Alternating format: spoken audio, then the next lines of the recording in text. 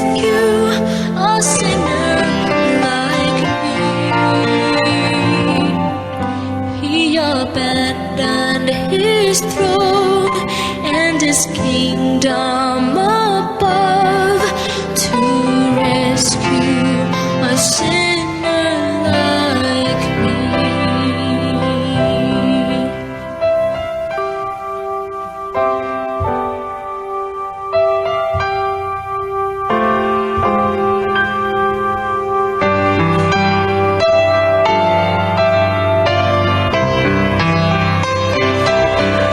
My mind is so limited that I cannot see the reason he died and rose just for me.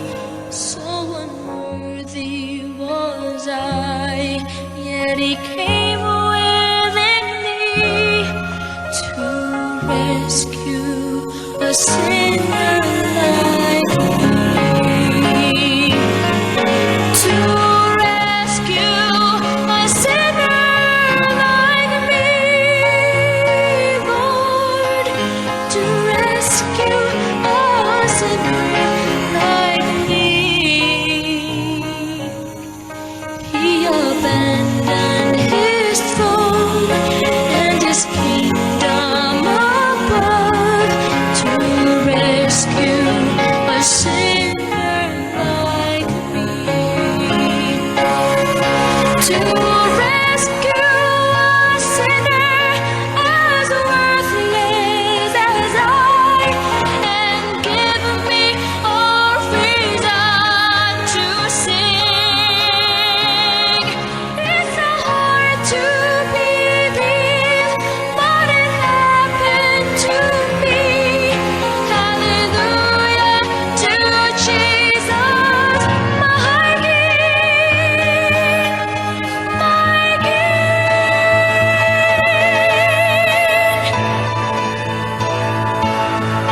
To rescue a sinner like me, Lord. To rescue a sinner like me. He abandoned his throne and his kingdom above to rescue a sinner like me. He abandoned his throne and his kingdom above to rescue a sinner like me.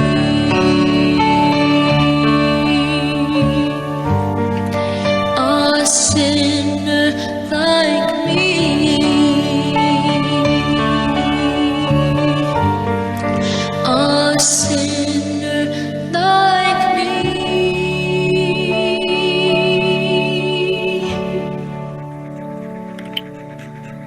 Good morning everyone. Hindi pa yan ang ating worship song. Kinig pa tayo ng isa. So, today is our seminar intensive program. Good morning din Daniel and Monique. And before tayo mag-opening prayer, makinig pa tayo ng isang awitin.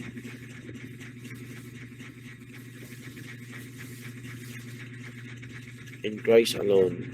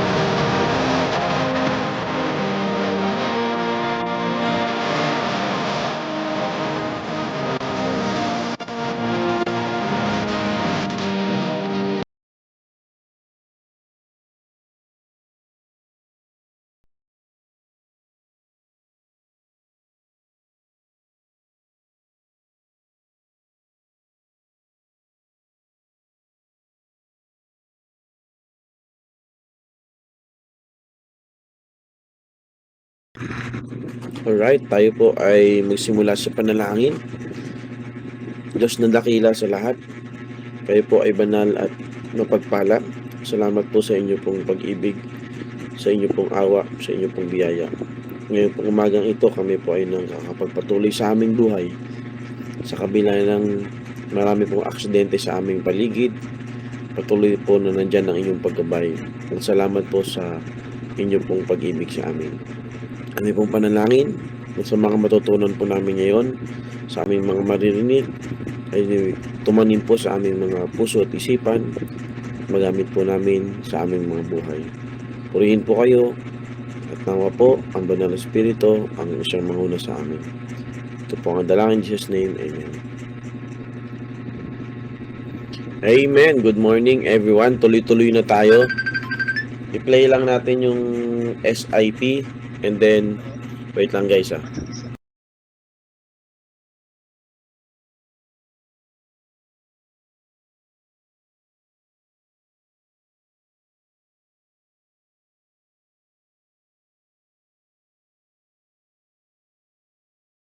Okay, mamaya na tayo mag-announcement. Makinig kayong maigi at tanungan tayo mamaya. Okay? Play muna natin tong ating video na sa ating SIP. And then after this, you will have our Google form na kailangan yung answeran. Hindi nyo na kailangan i-screenshot.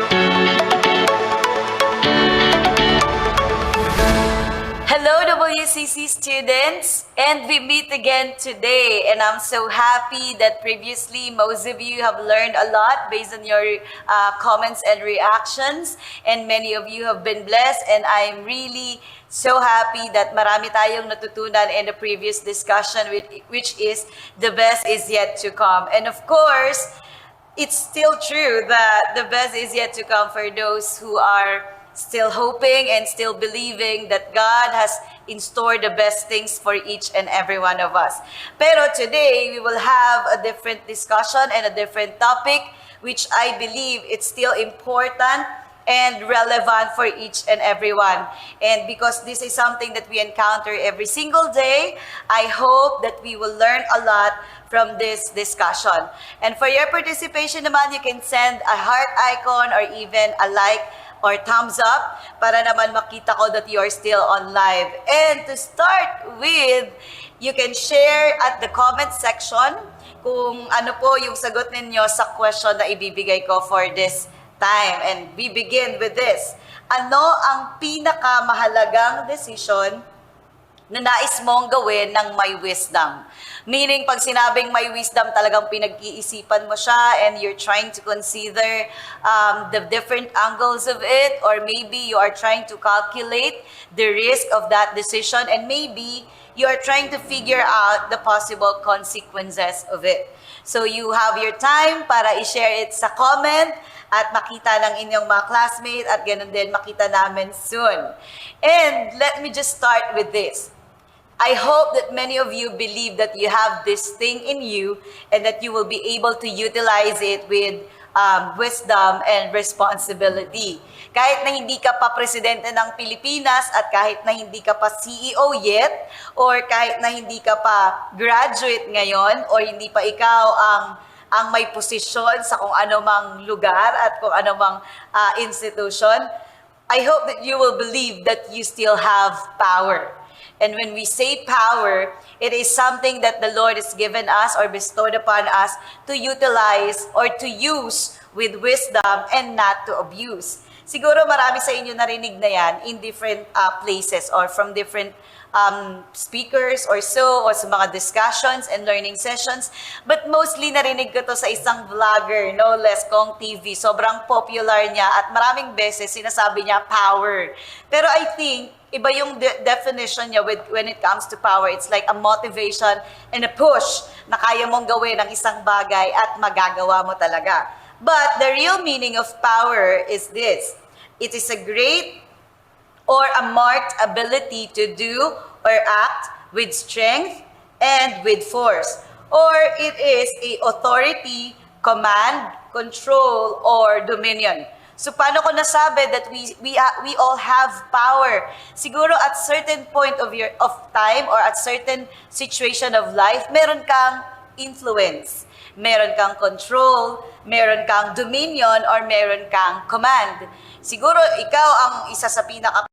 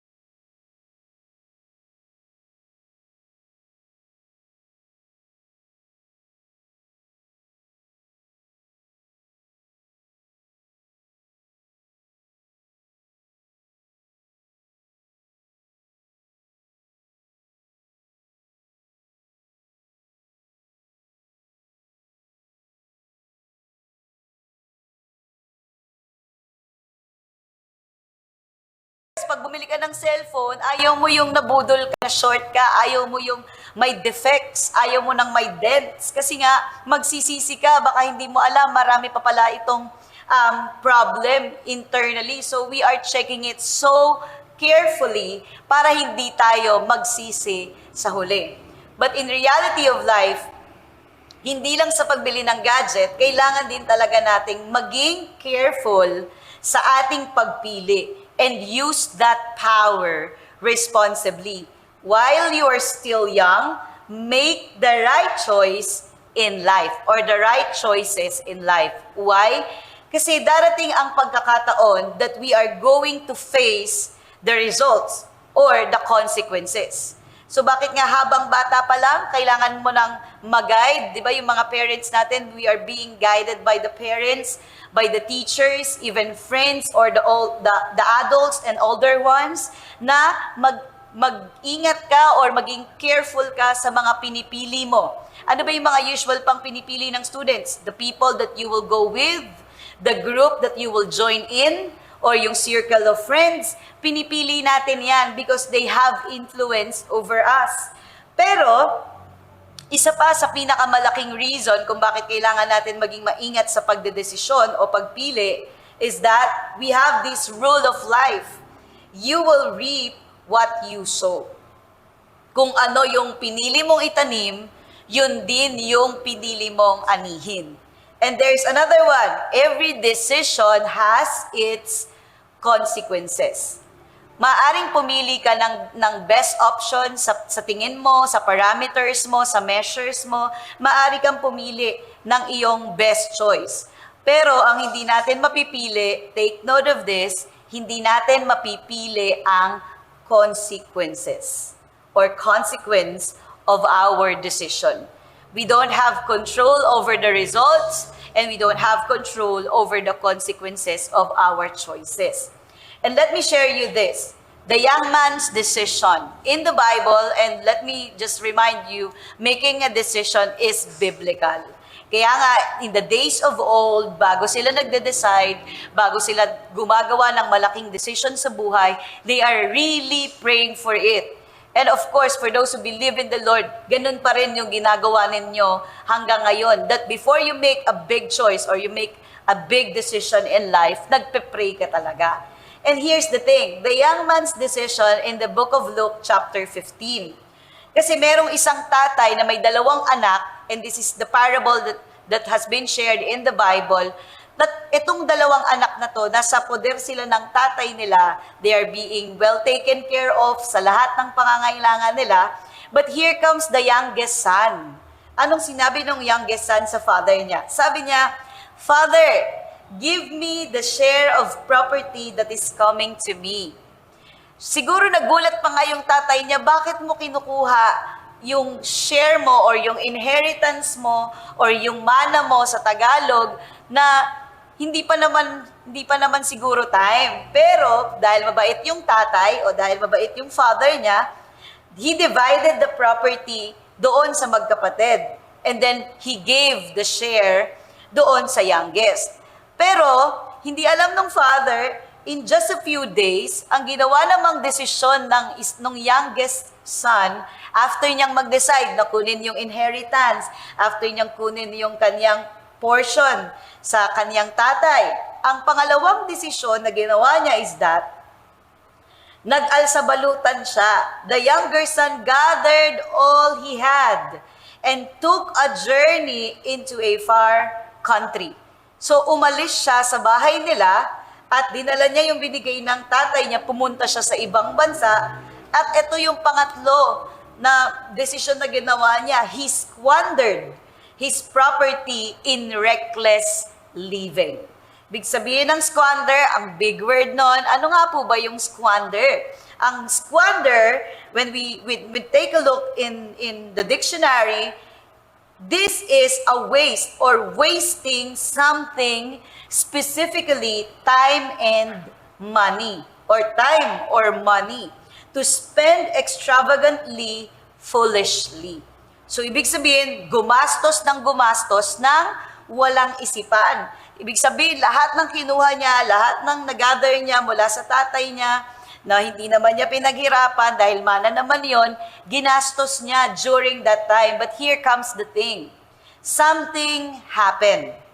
After niyang magastos lahat, after he has spent everything, here's what happened. A severe famine arose in that country. Doon sa lugar na kanyang pinuntahan, biglang nagkaroon ng famine. So, tagutom. Kailangan niyang kumain. Of course, lahat tayo na-experience nating magutom at ang hirap niyan. But for him, mas mahirap kasi wala na siyang pera at na-squander niya lahat, nagastos niya lahat ng bigla-bigla o ng maramihan yung kanyang perang dala-dala at nagkaroon ng famine. So, kailangan niyang magtrabaho at nagtatrabaho siya para pakainin yung mga baboy. Nasa iyo ang pagpili. Nasa kanya bilang young man. But here's the thing. Meron siyang ginawa. Siguro napagod na siya kakatrabaho kasi nga kailangan niyang magpakain everyday ng baboy at punuin yung pagkainan and then linisin siguro para magkaroon ng konting earning. And here's the thing, meron naman siyang panibagong malaking desisyon na gagawin. See, lahat tayo, we are making decisions. Ang sabi diyan, I have made my choice. So if we're gonna read through the chapter, ito yung nangyari. The son realized that he had been very, very foolish. Nagkaroon naman ng realization.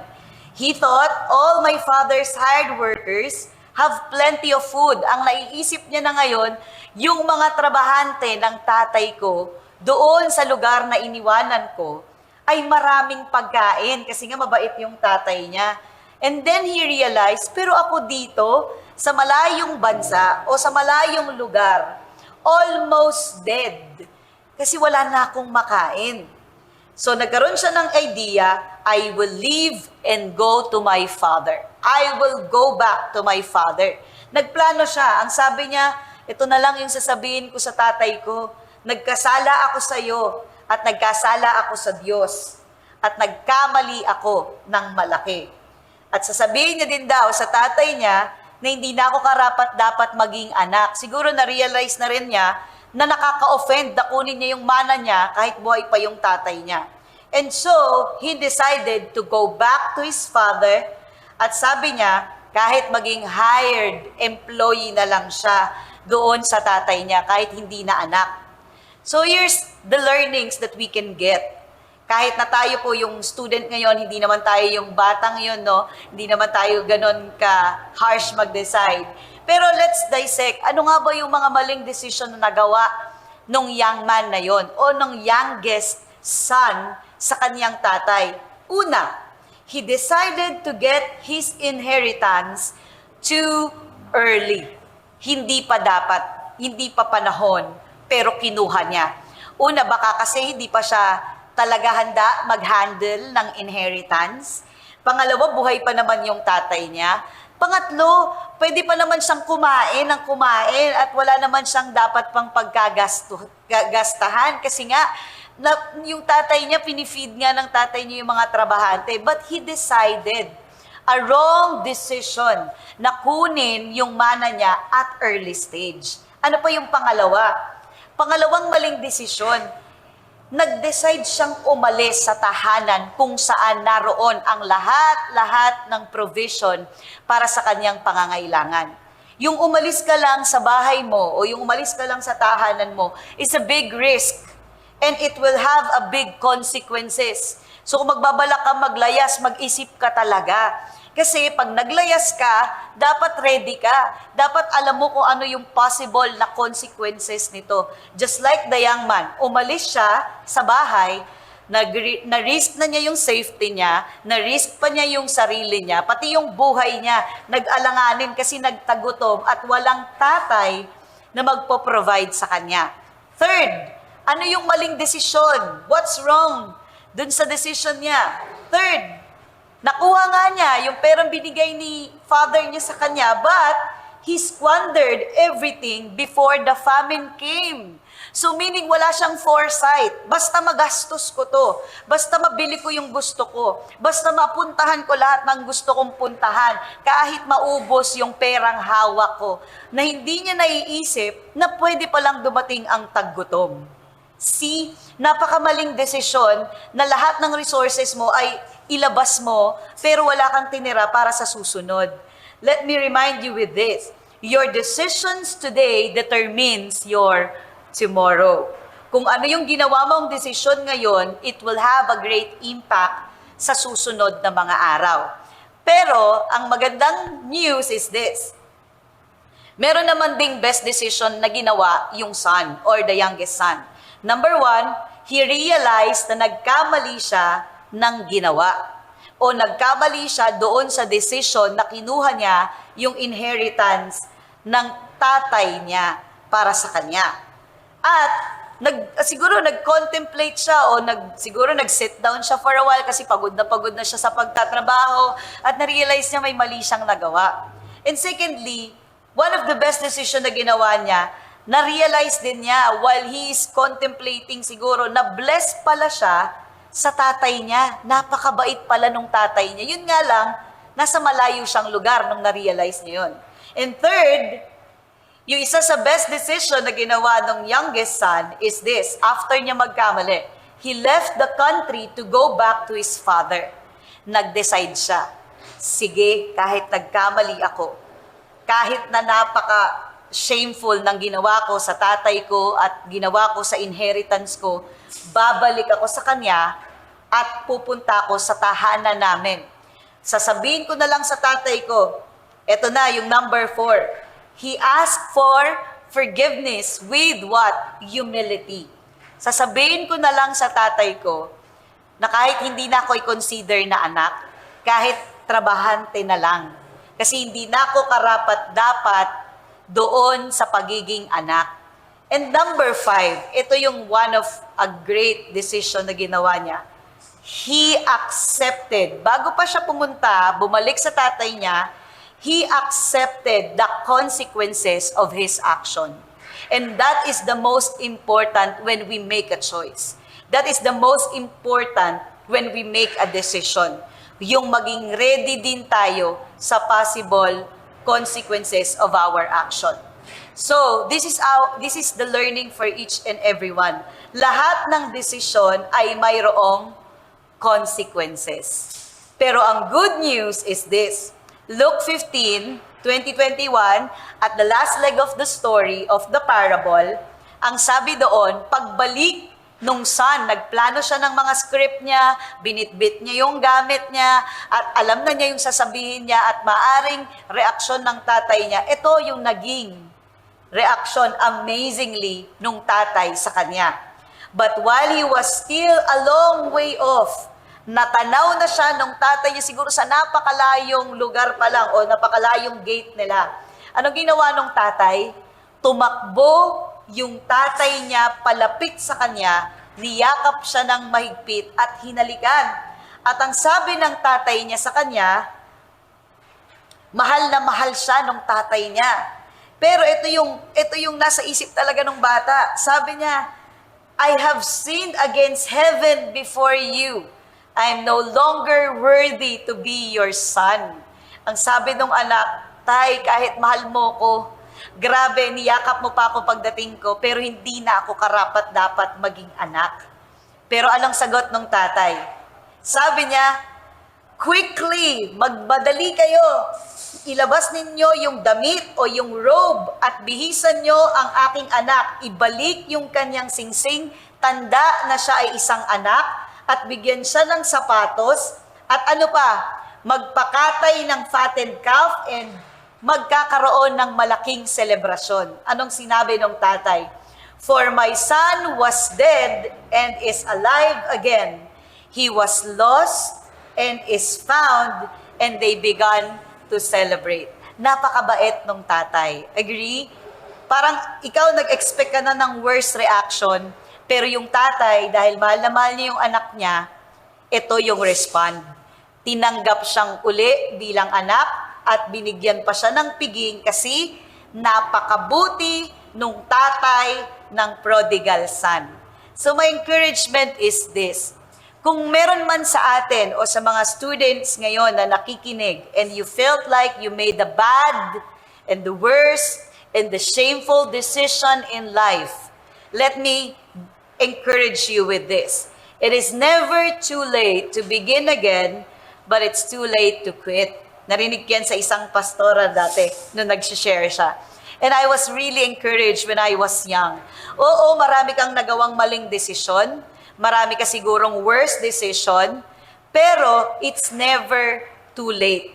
Sabi ng matatanda, o ng mayayaman, isa sa pinakamahalagang desisyong gagawin mo. At huwag ka hanggat maaari, huwag kang magkakamali ng pipiliin mong pakasalan. Sabi nila, yun yung biggest decision. Kasi nga, kung mayaman ka o successful ka, pero yung napangasawa mo o mapapangasawa mo, walang pangarap, walang vision, tamad, at kung ano-ano pa, masasayang yung effort mo. Kaya sabi ng mayayaman, maging maingat ka sa kung sino ang papakasalan mo.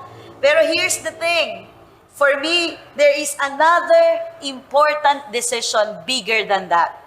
And that is to choose to go back to our Father in heaven, or to go back to Jesus, to go back to Jesus and love Him back. Siguro, isa sa importante yon. Pero ang pinaka-importante is this, to choose the love of the Father and choose the love of Jesus today. Kasi nakita natin, kahit na gaano kalaki yung pagkakamali nung son, napakalaki ng pag-ibig nung tatay niya. At ganon yung pag-ibig ni Lord sa bawat isa. Para tanggapin ka, patawarin, at ituring bilang anak ulit. I hope you have learned a lot for this learning session. And for anyone who needs prayer, let me pray for you. If you wanted to receive Jesus Christ today, you can just pray with me intentionally and with all your heart and with all your mind. Let's pray. Thank you, Jesus, for that wonderful love of a Father. Thank you, Jesus, that even if we sinned against you, that even if we haven't recognized your love yet, that even if we have squandered some of our time and our resources, you are always ready to forgive, and you are always ready to accept us as your child, as your children, as your son and daughters. And right now, Lord, I pray for anyone who is ready to receive you as their Lord, Father, and Savior. Let it be granted unto them. Forgive their sins, Lord, and I pray that they themselves will encounter you and will experience the love, the same love of the Father of the prodigal son. And thank you for the many chances you're giving us, that even if we make wrong decisions, you're always there for us, to receive us, to cleanse us, to forgive us, and give us a new beginning. We thank you, Lord, in Jesus' name. Amen.